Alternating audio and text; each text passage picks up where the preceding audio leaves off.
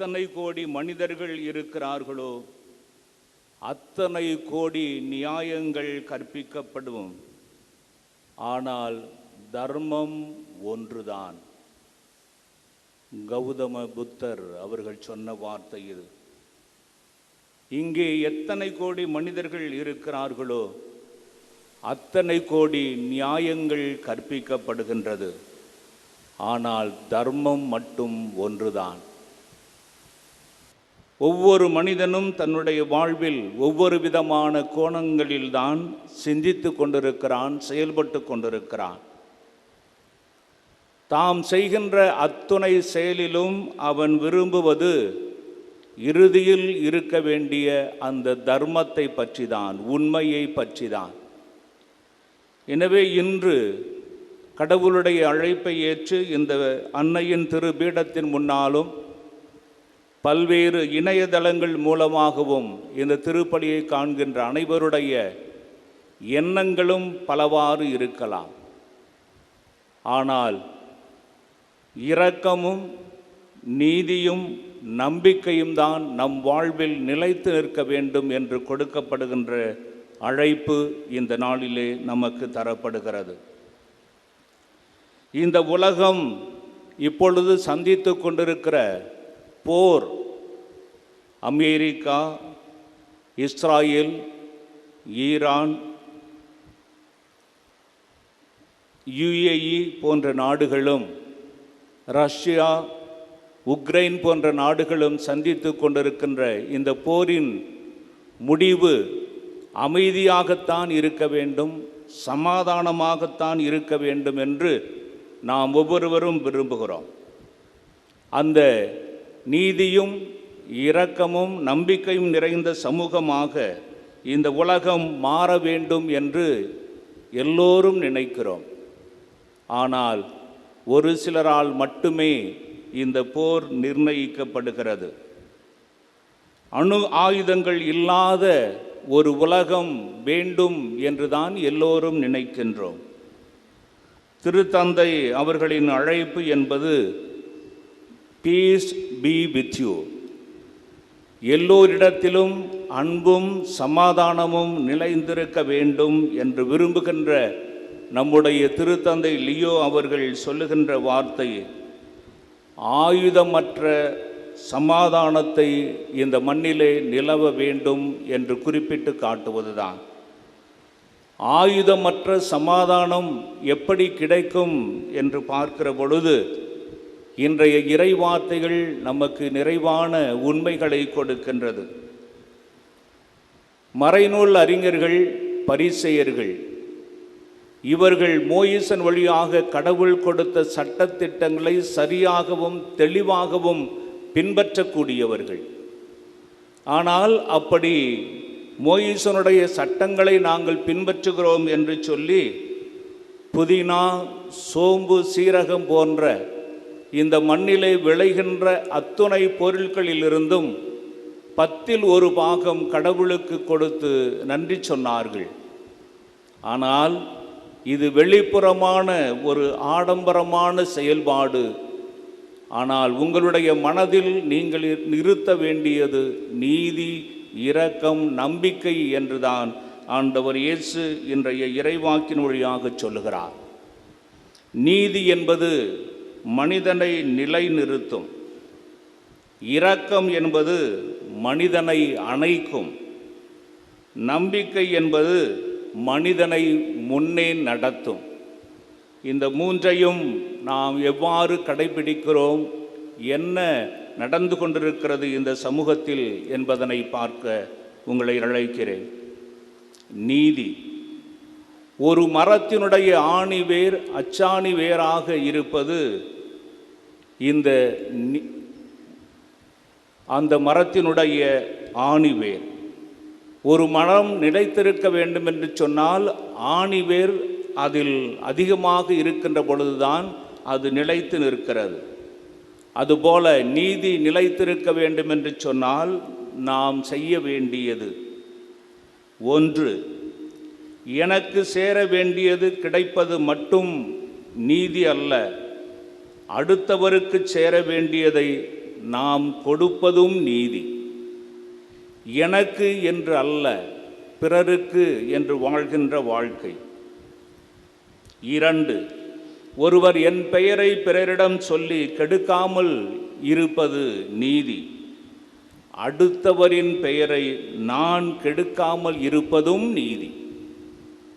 மற்றவர்களின் பெயரை கெடுக்கிறார்களே என்று அல்ல, அடுத்தவரின் பெயர்களை நாம் கெடுக்காமல் இருப்பதும் கூட நீதியின் வடிவம்தான். 3, உரிய கூலியை தொழிலாளருக்கு கொடுப்பதும் நீதி. 4, சொத்து பிரச்சனையில் தன் சகோதரனுடைய உரிமைகளை மறுக்காமல் இருப்பதும் நீதி. 5, பலவீனமானவரை பயன்படுத்தி கொள்ளாமல் இருப்பதும் நீதி.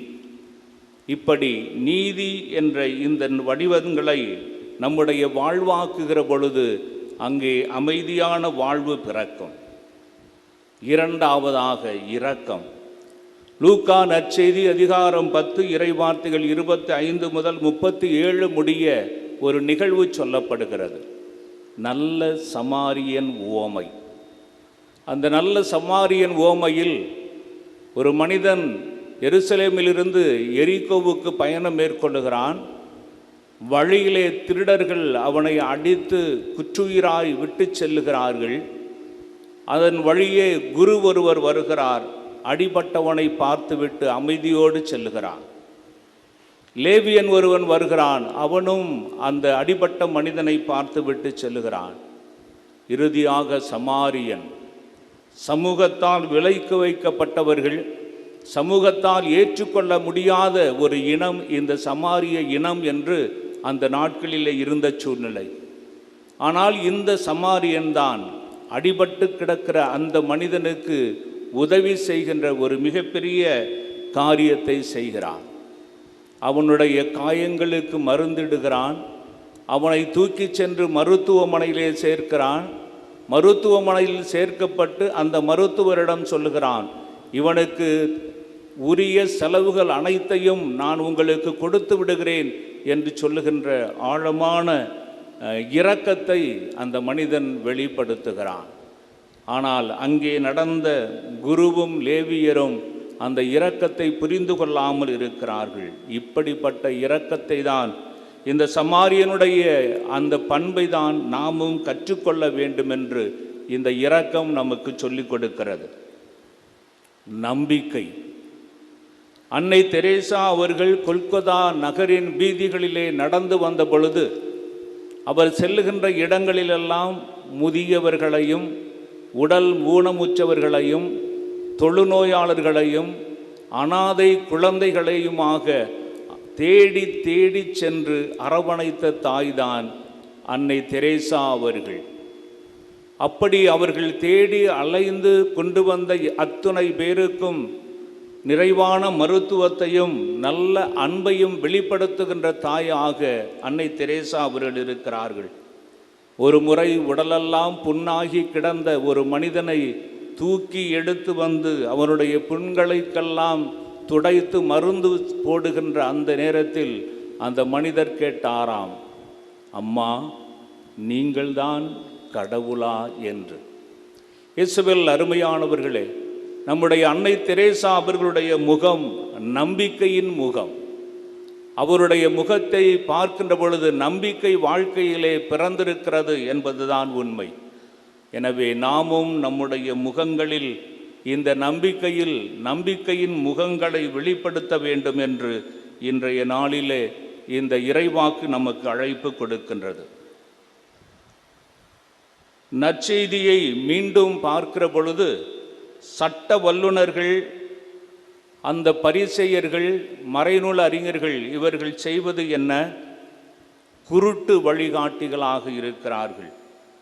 கொசுவை வடிகட்டி ஒட்டகத்தை விழுங்குகிறவர்களாக இந்த மனிதர்கள் இருக்கிறார்கள். அவர்களையும் ஆண்டவர் இயேசு சாடுகின்ற பொழுது நாம் எப்படிப்பட்ட செயல்பாடுகளை செய்கிறோம் என நினைக்க வேண்டும். ஞாயிறு திருப்பலி தவறாது கலந்து கொள்வது நல்ல காரியம்தான். ஆனால் வீட்டில் ஒற்றுமை இருக்க வேண்டும். ஜெபமாலை சொல்லுகிறோம், நல்ல காரியம்தான். தினமும் ஜெபமாலை ஜெபிப்பது சிறந்தது. ஆனால் பிறரின் பெயரை கெடுக்க தவறுவது இல்லையே, இது என்ன செயல்? மூன்றாவதாக, காணிக்கை கொடுக்கிறோம். கடவுளுக்கு 1/10 கொடுக்கின்ற இந்த சதுசேய பரிசேய மறைநூல் அறிஞர்களுடைய அவர்களுடைய செயல்பாடுகளை சாடுகிற கண்டிக்கின்ற ஆண்டவர் இயேசு, வீட்டில் இருக்கும் முதியவர்களை நீங்கள் பார்த்து கொள்ளுகின்ற பொழுதுதான் உங்களுடைய காணிக்கை ஏற்றுக்கொள்ளப்படும் என்று சொல்லுகிறார். இப்படி ஞாயிறு திருப்பலியிலும் ஜெபமாலை செபிப்பதிலும் காணிக்கை கொடுப்பதிலுமாக நம்முடைய வாழ்க்கை இருக்கிறது என்று சொன்னால், ஒற்றுமை, அமைதி, சமாதானத்தையும் நம்முடைய வாழ்க்கையிலே பிரதிபலிக்கின்ற பொழுதுதான் அங்கே உண்மையான நீதியும் இரக்கமும் நம்பிக்கையும் இருக்கும். நாம் வடிகட்டி கொண்டிருப்பது கொசுவை மட்டுமல்ல, ஆனால் அந்த கொசுவை மட்டும் வடிகட்டுகிறோம் என்று சொல்லி ஒட்டகத்தை விழுங்குகின்ற செயல்களை இந்த சமூகத்தில் செய்கின்ற இந்த சமூகம் மாற வேண்டும். இந்த சமூகம் இறைவனின் இரக்கத்தை அனுபவிக்க வேண்டும். அன்னை கன்னிமரியாள் அதற்கு துணை செய்வார் என்ற எண்ணத்தோடு தொடர்ந்து பலியில் பங்கெடுப்போம். ஆமென்.